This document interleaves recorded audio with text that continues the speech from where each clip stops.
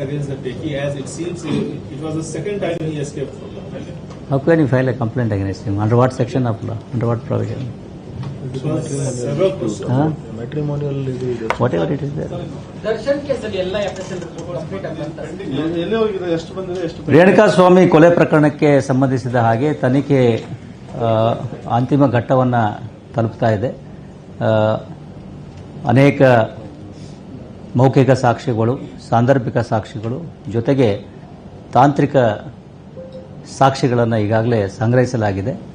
ನಾವು ಸಂಗ್ರಹಿಸಿರ್ತಕ್ಕಂಥ ಈ ರೀತಿ ಏನು ಸಾಕ್ಷಿಗಳಿದ್ದು ಅವುಗಳನ್ನು ವಿಧಿವಿಜ್ಞಾನ ಪ್ರಯೋಗಾಲಯಕ್ಕೆ ಕೂಡ ಕಳಿಸಲಾಗಿದೆ. ಬೆಂಗಳೂರು ವಿಧಿವಿಜ್ಞಾನ ಪ್ರಯೋಗಾಲಯದ ಜೊತೆಗೆ ಹೈದರಾಬಾದ್ CFSಗೂ ಕೂಡ ಕೆಲವೊಂದು ಎಲೆಕ್ಟ್ರಾನಿಕ್ ಡಿವೈಸ್ಗಳನ್ನು ಕಳುಹಿಸಲಾಗಿತ್ತು. ಈಗಾಗಲೇ ಕೆಲವು ವರದಿಗಳು ನಮ್ಮ ಕೈ ಸೇರಿವೆ. ಇನ್ನೂ ಕೆಲವು ವರದಿಗಳು ಆದಷ್ಟು ಶೀಘ್ರದಲ್ಲಿ ತಲುಪಿಸೋದಾಗಿ ಸಂಬಂಧಪಟ್ಟ ವಿಧಿವಿಜ್ಞಾನ ಪ್ರಯೋಗಾಲಯದಲ್ಲರೂ ನಮಗೆ ತಿಳಿಸಿದ್ದಾರೆ. ಅವುಗಳು ಕೈ ಸೇರಿದ ನಂತರ ಮುಂದಿನ ಒಂದು ತನಿಖೆಯ ಭಾಗವಾಗಿ ಏನು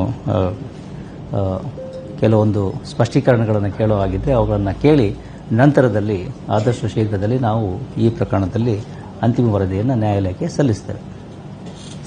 ಒಟ್ಟು ಎಷ್ಟು ಸ್ಯಾಂಪಲ್ಸ್ ಕಳಿಸಲಾಗಿದೆ, ಎಷ್ಟು ಬಂದಿದೆ, ಎಷ್ಟು ಅಂತ ಅಂಕಿ ಸಂಖ್ಯೆ I don't have this thing. As already I had told earlier, about 70% of the reports have come from Bangalore FSL, and the remaining electronic devices what we had sent to CFSL Hyderabad, those reports are still pending. ನಕಲಿ phone pay ಮಾಡಿಬಿಟ್ಟು sir footage arrest ಆಗಿದೆ sir Devanahalli. ನಕಲಿ phone ಪೇನ? ಹಾಂ, ಅದೇ ಒಂದು ನಿನ್ನೆ ಆಗಿದೆ. Byte ಇಲ್ಲ, ಆಮೇಲೆ ಇವ್ರು ಕೊಡ್ತಾರೆ ಅಥವಾ DCPಯಿಂದ ತಗೊಳ್ಳಿ, DCPಯಿಂದನೇ ತಗೊಳ್ಳಿ. ದೇವನಹಳ್ಳಿ ಇವರು DCP ನಾರ್ತ್ ಈಸ್ಟ್. ಓಕೆ, ಮತ್ತೊಮ್ಮೆ ಎಲ್ಲರೂ ಕೂಡ ವರಮಹಾಲಕ್ಷ್ಮಿ ಹಬ್ಬದ ಶುಭಾಶಯಗಳೊಂದಿಗೆ ಈ ಒಂದು ಇದನ್ನು ಮುಗಿಸೋಣ. ಧನ್ಯವಾದಗಳು. Have a nice weekend also. Press ಮೀಟಲ್ಲೇ ಕೂರಿಸ್ಬಿಟ್ಟಿದ್ದೀರಲ್ಲ ಸರ್.